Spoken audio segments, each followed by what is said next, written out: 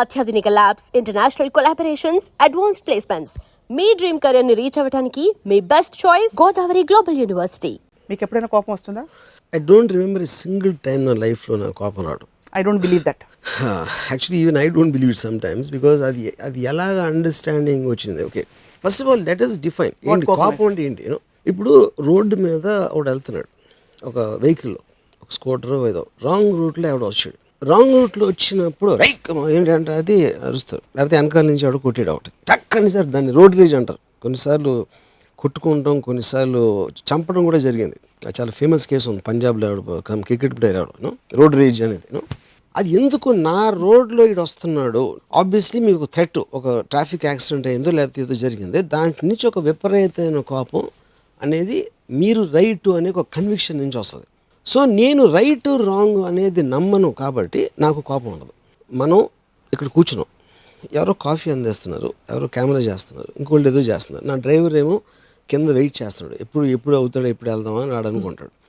అందరూ వాళ్ళ పొజిషన్లో వాళ్ళ కేపబిలిటీ బట్టి, వాళ్ళకున్న సిచ్యువేషన్ బట్టి they have to be you know. అప్పుడు ఒక హుదూద్ సైక్లోన్ వస్తే మనం ఏం చేయలేం కాబట్టి దాక్కుంటాం. So we all have limited powers point. కానీ ఇలా చేయకూడదు, ఇలా చేయాలి అని రిలీజియన్ కానీ ఒక సోషల్ ఫ్యాబ్రిక్లో, సోషల్ స్టాండర్డ్స్ కానీ ఒక మారల్ స్టాండర్డ్స్లో ఇది కరెక్టు ఇది రాంగ్ అని కొన్ని నియమాలు పెడతాయి ఇది సొసైటీ ఇన్ వేరియస్ వేస్. దాంట్లో నడుచుకుంటే కరెక్టు, దాంట్లో రాంగ్ అయితే కరెక్ట్ కాదు. సో కరెక్ట్ కాదన్నోడు వాడి గిల్ట్ ఉంటుంది కాబట్టి వాడి మీద విరుచుకుపడతారు. రాంగ్ సైడ్లో రైట్ సైడ్లో అనేది అక్కడి నుంచి వచ్చింది. అప్పుడు ఎవడైతే కారు దిగాడు, వెనకాల నుంచి కొట్టాడు అనుకోండి, సపోజ్ ఒకడు, నేను కారు నడుపుతున్నాడు, వాడు వెనకాల నుంచి వచ్చి గుద్దాడు, రై అన్నాడు, కింద దిగుతాడు కోపంతో. అవతల కారు నుంచి దిగినోడు వీడికన్నా ఒక్క అడుగు పొడుగుంటే ఆడ కోపం దిగిపోతుంది. ఎందుకంటే అంతే, బికాస్ మీకున్న ఇండిగ్నేషన్ కూడా ఒక లిమిట్ ఉంటుంది. ఇప్పుడు నాకు తెలుసు, నాకు ఒక మేకప్ మ్యాన్ ఒకటి తెలుసు, ఆడికి విపరీతమైన కోపం వచ్చేప్పుడు ఆడి వాచ్ తీసి కింద పడేసాడు. iPhone 6 అయితే iPhone 6 పక్కన పెట్టండి, that's a question of cost. అప్పుడు ఏంటి, నేను కంట్రోల్ చేసుకోలేనండి అసలు కోపం, ఎరగొట్టేస్తానంటే అప్పుడు నీకు ₹1,00,000 వాచ్ ఇస్తే ఎరగొట్టడు. ఎందుకంటే అప్పుడు దాని వాల్యూ బట్టి ఇది అవుతుంది. ఇప్పుడు గాజు గ్లాస్ ఉంది, మీ మీద కోపం వచ్చి నేను టక్కని దాన్ని కొట్టాను, అది ఇరిగిపోయింది. ఎందుకు, నాకు సబ్కాన్షియస్గా దాన్ని ఇరగొట్టేంత పవర్ నాకు ఉంది అని తెలుసు. అదే మీరు ఫుల్ ఐరన్తో చేసిన ఫిక్స్డ్ పెట్టండి, నా చెయ్యి ఇరుగుతుంది కొడితే, అప్పుడు నా కోపం కంట్రోల్లో వస్తుంది.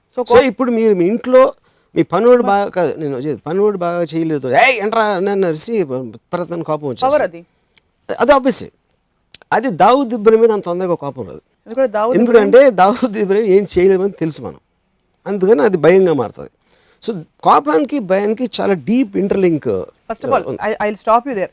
మీకు అస్సలు కోపం రాదన్నారు, సపోజ్ హైపోథెటికల్లీ నేను మీకు అసిస్టెంట్ డైరెక్టర్, రేపటి షార్ట్స్కి అన్ని ఫైల్స్ నా దగ్గరే ఉన్నాయి, 7 గంటల కాల్ షీట్, నేను 12 గంటలకు వచ్చాను అనుకోండి, మీకు కోపం రాదా నా మీద? ఇప్పుడు నా పరిస్థితి అర్థం చేసుకుంటారా? There is a line difference between కోపం అండ్ ఇరిటేషన్. ఆఫ్ కోర్స్ కోపం ఎమోషన్, ఇరిటేషన్ ఎమోషన్ కాదు. ఇరిటేషన్ అనేది మీరు చేసేదాన్ని ఎవరు ఆపుతున్నప్పుడు నేను తెలిసే ఏంట్రా ఇది అంటాను, ఇంత పని చేస్తావా, అది కోపం. అంటే అది that is an emotion driven thing, అది నాకు రాదు. ఇరిటేషన్ అనేది because you're being physically or mentally subjected to an irritant. What is an irritant? Irritant is not, anger is a very strong emotion, you know. Or I might take a logical decision because వాడికి నా కోపం రాదు అని వాడు అనుకోకుండా నేను కోపం నటించవచ్చు. Because కోపంతో మీరు కొన్నిసార్లు పని చేయించవచ్చు ఎవరితోనో, you know.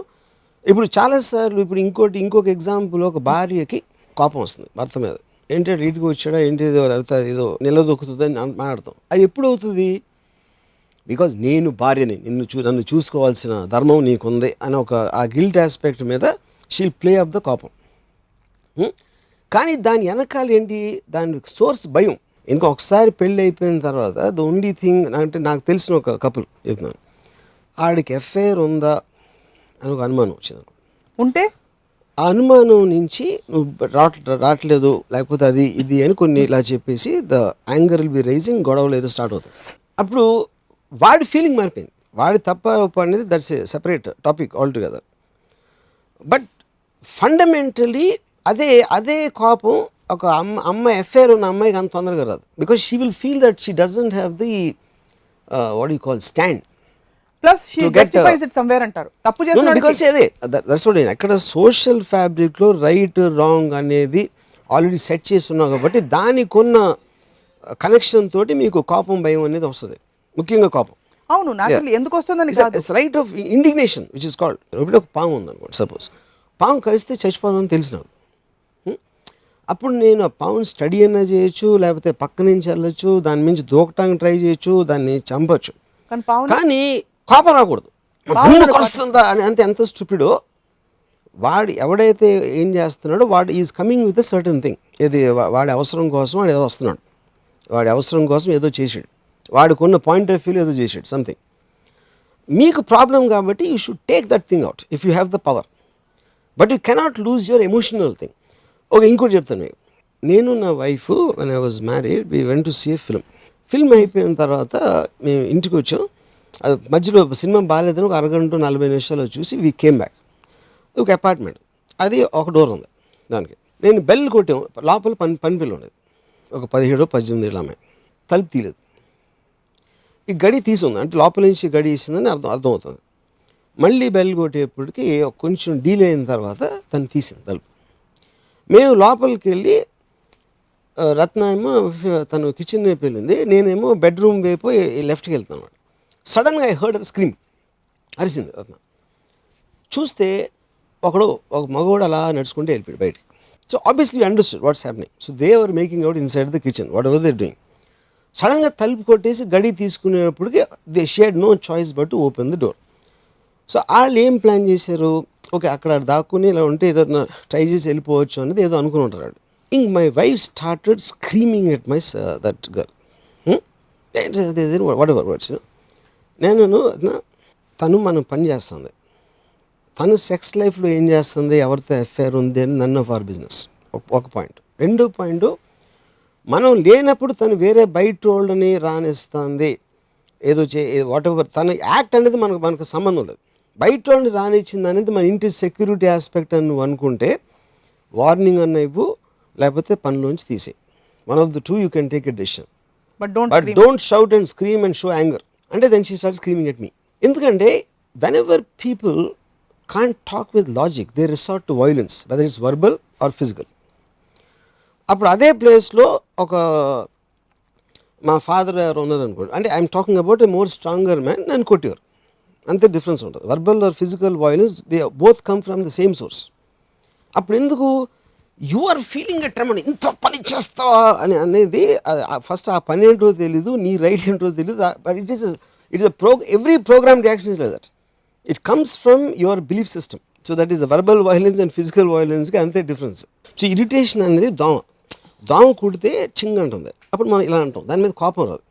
You know you want to take it away. It is causing a physical discomfort.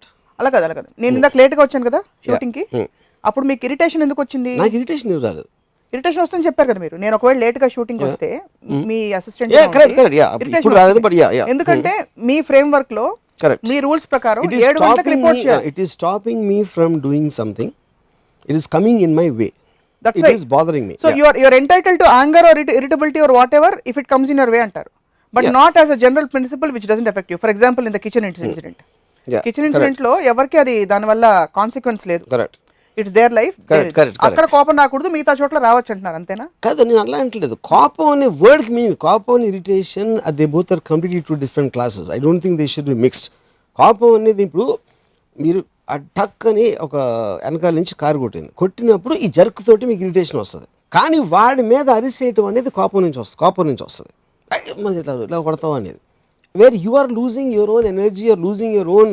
ఈ స్టేట్మెంట్ ఏదైతే చేస్తున్నారో కోపం అన్నది in reference to society and individual behavior, what do you think is a problem? Why is it that you want to avoid anger or you don't go towards anger? Primarily, like I said, it stops your rational thinking. Because so what if it stops? It stops, then you stop growing because you're not looking at the source of the copan use chesukovali edi avatalodade, you know. For example,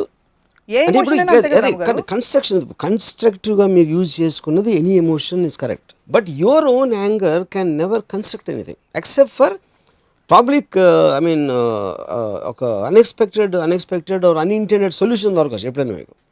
అంటే అది చేసాడు కాబట్టి ఇవి టక్కని కోపం వచ్చి ఆయన చంపేశాడు. Cinema కథలన్నీ విలన్ వచ్చి నాన్నని చంపేస్తే హీరో పెద్దవాడయ్యి జీవితంలో పైకి వచ్చి. ఎందుకంటే those emotions are what 90% of the people live by the emotions controlling them. So కోపం అనేది, ఎక్స్ట్రీమ్ ఫియర్, భయం అనేది ఇవన్నీ మనం పొద్దున్న లేగిస్తే కోపాలు, భయాలు, తిట్టడాలు, ఆడు ఏం చేస్తాడో తెలిసేవాళ్ళ ఇలాంటి ఆడితో బతుకుతారు వాళ్ళు. మధ్యలో అన్నం తింటారు, పూజలు చేస్తారు, ఒకరోజు చచ్చిపోతారు. యూనో కన్స్ట్రక్టివ్ థింకింగ్ ఉన్నోడు ఎప్పుడో కూడా ఎమోషన్స్ వాడిని కంట్రోల్ చేయడానికి అలౌ చేయడు. ఏం ఎమోషన్స్, ఏం కన్స్ట్రక్టివ్? ఇప్పుడు నేను కోపాన్ని చాలా వాడుకుంటాను. కుళ్ళుని వాడుకున్నట్టే కదా. కోపాన్ని ఎలా వాడుకుంటానంటే, ఉదాహరణకి నేను బాంబేలో మాలియా సుసేరాజు అని she and boy friend killed somebody. ఒక చాలా ఫేమస్ మర్డర్ కేసు అది. జడ్జి ఎక్విట్ చేశాడు అతని, ఎవరిని, మన అమ్మాయిని ఎక్విట్ చేశాడు. అవును. నేను అమ్మాయితో సినిమా తీస్తాను అని నేను అనౌన్స్ చేశాను. ఇమ్మీడియట్గా శివసేన ఎంఎన్ఎస్ నుంచి పేపర్లో స్టేట్మెంట్ లేచి ఎలా చేస్తాడు, అది షీజ్ మర్డర్, అది అని చెప్పారు. బీజేపీ యూత్ వింగ్ నుంచి నాకు ఒక లెటర్ వచ్చింది. దాంట్లో we heard from media reports ఎలా చేస్తున్నారంటే ఇమ్మీడియట్గా దాన్ని మానుకోండి, లేకపోతే విల్ ఫేస్ సివియర్ కాన్సిక్వెన్సెస్. ఈ ఉత్తరం అందిన వెంటనే ఇమ్మీడియట్గా మాకు ఈ నెంబర్కి ఫోన్ చేయండి, అమిత్ సక్సేనా అని ఒక general secretary BJP youth wing అని వచ్చింది. నేను ఫోన్ చేశాను. ఫోన్ చేసి నేను రామ్ గోపాల్ వర్మ, క్యాబ్ బోల్తే ఏంటి చెప్పు, వచ్చిందా లెటర్ అన్నాడు. వచ్చిందన్న. So what you have to say, fuck off అని ఫోన్ పెట్టాను. 20 minutesలో పోలీసులు వచ్చారు ఏది మన ఆఫీస్కి. ఎందుకు? నాకు ప్రొటెక్షన్ ఇవ్వడానికి. ఎందుకంటే ఆల్రెడీ బీజేపీ వాళ్ళు ఎక్కడో ఒకరు స్టార్ట్ అయ్యారు ఇంటికి రావడానికి, వ్యాండలైజ్ చేయడానికి నాకు సమాచారం వచ్చిందన్నమాట. ఇది నేను క్యాలిక్యులేట్ చేసింది. ఎందుకు? నాకు ఆ సినిమాకి పబ్లిసిటీ కావాలి, ఆ పర్టికులర్ సినిమా నేను ఏదో తీయబోతున్నాను. అప్పుడు ఫోన్లో ఫక్ ఆఫ్ అంటే అది చెవిలో చెప్పినట్టు ఉంటుంది, సెల్ ఫోన్లో చెప్తే. అది వాడు చెప్పుకోలేడు, నన్ను ఇలా అన్నాడు రామ్ గోపాల్ వర్మ అని. కానీ ఆ కోపాన్ని ఆపుకోలేడు. అప్పుడు ఏం చేస్తాడు, ఎల్లండ్రా అని చెప్పుంటాడు అక్కడ ఎవరు వాళ్ళకి. ఇంకేం చేస్తారు, ఆడు ఇలా చెప్పాడు, ఇమీడియట్గా వెళ్ళాడు ఆఫీస్ పాల్గొట్టని ఏదో చెప్పుకుంటాడు. వాళ్ళు వచ్చేసారు కాబట్టి నేను పోలీసులతోటి సివియర్ కాన్సిక్వెన్సెస్ అనే వర్డ్ ఒకటి తీసి దీని మీద నాకు డైరెక్ట్ ఫిజికల్ థ్రెట్ ఇచ్చింది బీజేపీ పార్టీ అని పెట్టినాడు. దాని తర్వాత బర్ఖాదాతో ఇంటర్వ్యూ చేసి ఒక జడ్జి ఎక్విట్ చేశాడు. ఎక్విట్ చేసిన తర్వాత నేను అనౌన్స్ చేశాను. అప్పుడు వీళ్ళకి ఇది ప్రాబ్లం అయితే అది కంటెంప్ట్ ఆఫ్ కోర్ట్ అవుతుంది. నాకు దానికి ఏం సంబంధం? అప్పుడు వదిలేసిన జడ్జిని మీరు వెళ్ళి పట్టుకుంటారా, లేకపోతే సినిమా తీస్తాడని ఎవడ అనౌన్స్ చేసి దాన్ని ఆడిని వదిలేసి నా మీద రావడం ఏంటి? ఇది అది కరెక్టే కదా అని మొత్తం నేషనల్ మీడియా చెప్పింది. దానితో ఇమ్మీడియట్గా సీనియర్ బీజేపీ లీడర్స్ అందరూ నోరు మూసుకుని కూర్చోమని చెప్పారు వీళ్ళని, ఇక్కడ యూత్ వింగ్ వాళ్ళు. ఎందుకంటే they know it is going to back fire because of the judicial aspect in that. కానీ ఇదంతా ఎందుకు? నా ఇంటెన్షన్ ఏంటంటే ఇది పబ్లిసిటీ కోసం వాడుకోవటం. అప్పుడు వాడికి ఏం చెప్తే కోపం వస్తుందని నాకు తెలుసు కాబట్టి అది వేసాను రాయి, అది తగిలింది. సో కోపం తెప్పిస్తారు, కోపం చాలా తెప్పిస్తాను. ఎందుకంటే లైక్ టు, బికాజ్ కోపం ఎందుకు తెప్పిస్తానంటే కోపంలో ఉన్న వాళ్ళని మ్యానిపులేట్ చేయడం చాలా easy. And I love manipulating people. ఇప్పుడు మీరు లక్కీ, చెంగల్పట్టు శాంతారాం మీరు ధ్యానం చేసుకుంటారు. చెంగల్పట్టు శాంతారాం ఎవరు? చెంగల్పట్టు శాంతారాం అంటే అసలు శాంతంగా ఎప్పుడు కోపం రాకుండా, ప్రతి దొంగకి ఒక కారణం ఉంటుందని మీరు డైలాగ్ చెప్పినారు. ప్రతి వాడికి మీ దాకా రాలేదు కాబట్టి బహుశా. ఇప్పుడు ఫర్ ఎగ్జాంపుల్ టేక్ నిర్భయ అమ్మాయి దారుణంగా ఒక గ్యాంగ్ రేప్ అయింది బస్లో. Whole nation was angry, whether it was herd mentality or not. At least her parents were angry, really. Correct. You agree? Yeah, even the nation was. మరి ములాయం సింగ్ అన్నట్టు rape చేయడం మనుషుల తత్వం కదా అని ఊరుకుంటారా? ఇప్పుడు ఫస్ట్ ఆఫ్ ఆల్ ఎవరైతే కోపం వచ్చిందో అది you give a very good example. అది నరికేయాలి, ఇక్కడ మొక్కలు చేశారు, ఇది చేయాలి అది చేయాలి అని కయ్యం నరిశారు అందరూ. తర్వాత ఏమైంది, అయిపోయిన తర్వాత కేసు అయిపోయిన తర్వాత ఆడికి మంచి రూమ్ ఇచ్చి ఒక ఓన్ ఫ్యాను టీవీ సెట్ ఇచ్చి కూర్చోబెట్టారండి ఎవడైతే మ్యాక్సిమం చేశాడు, సో కాల్డ్ జువెనైల్. కోపం కూడా ఇందాక చెప్పినట్టు హై, అది ఆ హై వచ్చి వెళ్ళిపోయింది. దాని తర్వాత ఎన్నో రేపులు జరిగినాయి. ఇన్ఫ్యాక్ట్ అది జరుగుతున్న ఆల్రెడీ ఆ ధర్నాలు మీరందరూ చేస్తారు కదా, అన్నీ నుంచోబెట్టి ఆడవాళ్ళ దౌర్జన్యం తగ్గించాలి అన్నీ అరుస్తున్న టైంలోనే బాంబేలో ఒక అమ్మాయిని 10 సార్లు కత్తితో పొడి చంపేశాడు ఒకడు.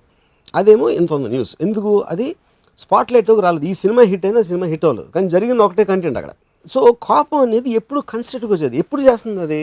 నేను అప్పుడు ఒక ఇది ఇచ్చాను, ఒకళ్ళు కూర్చుని కోపం లేకుండా ఎందుకు చేసావు నువ్వు అది? అంటే నువ్వు పట్టుబడవని అనుకుంటున్నావా, లేకపోతే నీకు తెలియదా ఈ లా ఉందని, లేకపోతే నీకు ఏదైనా ఇది ఉందా, నువ్వు అసలు రేపుకి ఎన్ని ఏళ్ళు తెలుసా, అన్ని ఏళ్ళు అయితే పర్వాలేదు అనుకున్నావా, ఒకవేళ చచ్చిపోతారని తెలిస్తే నువ్వు చేసేవాడు కాదు. ఇలాంటి ఒక సైకలాజికల్ అనాలిసిస్ చేసినప్పుడు మీకు ఒక కాజ్ దొరుకుతుంది అక్కడ. That is how most developed countries do. So కోపం ఇక్కడ మనం కై అరిసేసి తర్వాత మళ్ళీ అదే రేట్లో రేపులు జరుగుతున్నా మళ్ళీ అది మర్చిపోయారు. ఎందుకంటే అది కొత్త సినిమా కావాలి ఇప్పుడు.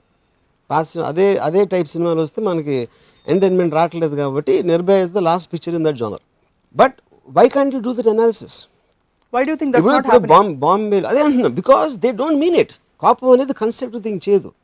I want to see a televised interview of the rapist with the psychiatrist evaluating them. That is when I will actually come to know why they did it. Yeah, You want to justify? I mean, at least I will justify kadu. I want to eliminate them, but I want to eliminate the thought. I want that message to be sent to people. ఇప్పుడు rape చేసాడు ఎవడైనా కూడా ఇప్పుడు ఎంత 5 ఏళ్ళు అయితే చేసేద్దామా, 10 ఏళ్ళు అయితే కొంచెం ఆలోచిద్దాం, 14 ఏళ్ళు అయితే చేయొద్దని ఎవ్వడు అనుకోడు. ఆడప్పుడు 5 కంట్రోల్ అన్న చేసుకోలేడు, లేకపోతే పట్టుపడం అనుకుంటాడు. Only these to any criminal, not even a rapist. అప్పుడు ఇంక్రీజ్ చేసేయాలి, జైల్లో పెట్టాలి, లైఫ్ సెంటెన్స్ చేయాలని అరిస్తే వాట్ విల్ హ్యాపెన్? అరుపులు అనేది కోపం నుంచి వస్తుంది. ఇప్పుడు నాకు తెలిసిన ఒక అమ్మాయి, కసాబ్ అనేవాడు 100 కోట్లు ఖర్చు అవుతుంది ఆయన్ని జైల్లో పెట్టి ఉంచడానికి. What is country happening? Full emotional అయిపోయి అరిసేస్తా. What are the thinking? ఆడిని ఇంటి షూట్ చేసి పడేయాలి రోడ్డు మీద అది ఇది అని. అంటే నేను 2 థింగ్స్ ఇక్కడ అంతసేపు ఎందుకు అని బతికుంచుతున్నారు. ఫస్ట్ ఆఫ్ ఆల్ నీకు తెలుసా కసాబ్ ఎవడో? నువ్వు పేపర్లో చదివావు కసాబ్ అనేవాడు చేశాడని. కోర్టులో ఛార్జ్ షీట్ ఫైల్ చేశాక వీడు కసాబా కాదా అని ముందు నిర్ధారణ చేసుకుని జడ్జు దాని తర్వాత ఒక సేఫ్ ప్రొసీజర్లో పెట్టారండి జైల్లో. 100 కోట్లు ఎవడో నువ్వు పేపర్లో రాశాడు. 100 కోట్లు ఏంటి? ఆడి సెల్కి do think they put some బంగారు గోడలు పెట్టారా, డైమండ్ స్టార్టెడ్ బాత్రూమ్ పెట్టారా? అడిగి 100 కోట్లు ఎందుకు అవుతుంది అది అడిగా అడగలేదు. రైట్ టు ఇన్ఫర్మేషన్ యాక్ట్లో you can get any information. కానీ నీకు అంత ఓపిక లేదు, ఎందుకంటే నువ్వు షారూఖ్ ఖాన్ సినిమా చూస్తావు, ఇది తిట్టేసి ఇక్కడ వెళ్ళి. దాని తర్వాత వాడు చేసే గార్డులు కొత్త పోస్టులు ఏమైనా క్రియేట్ చేశారా? ఎడిషనల్ సెక్యూరిటీ కోసం 10 మంది వచ్చి బాంబేని గడగడలాడించినోడు కాబట్టి ఎడిషనల్ పెడతారు. అక్కడ వచ్చే జీతం ఇక్కడ వస్తుంది, ఏమీ మారదు. కానీ people don't want logic, they don't rationally. కోపంతో అరిసేస్తే ఒక అయిపోయిందని వాళ్ళకి ఒక తెలిపి వస్తుంది అంతే. So that is the reason I think. మనుషులకి కోపం రావడం, ఎమోషన్స్ ఉండడం, నాట్ నోయింగ్ దేర్, అది మనిషి ఎవల్యూషన్ లో that's also part of his thing అని వదిలేచ్చు కదా. మీరు ఎందుకు రియాక్ట్ అవుతున్నారు? I'm reacting to everything like that. What is happening around in the society, that is what this whole topic is about. Yeah, but why are you reacting to people getting angry? I'm not getting emotional, I'm studying them like species. అదొక జాతి, కోపం వచ్చే వాళ్ళకి జాతి అంటది. I would like to study this. నీకు ఎందుకు అంటుంది బుస్ అని? ఆ బుస్ ఎక్కడి నుంచి వస్తుంది, దాని గ్లాండ్స్ ఎలా ఉంటాయి, పాయిజన్ ఎలా పనిచేస్తుంది తెలుసుకోవడం నాకు ఆసక్తి. That's a part of my knowledge gathering. So కోపం వచ్చిన అందరూ నాకు ఒక జాతి జంతువుల్లో అనిపిస్తారు నాకు. So they are part of the National Geographic channel నాకు. సో సమాజం అంతా స్పీషీస్ లాగా మీరు జరుగుతూ కూర్చుంటారు. మీ ప్రపంచం మీది, మీరు కట్ ఆఫ్ అయిపోయి ఒక పెడస్టర్ మీద. నేను ఎక్కడ కట్ ఆఫ్ అవ్వలేదు. I love to be a part of that because నాకు ఒక అరణ్యంలో విహరిస్తా, జీప్లో రకరకాల జంతువుల్ని చూస్తా వెళ్తున్నట్టు నా ఫీలింగ్. 100%.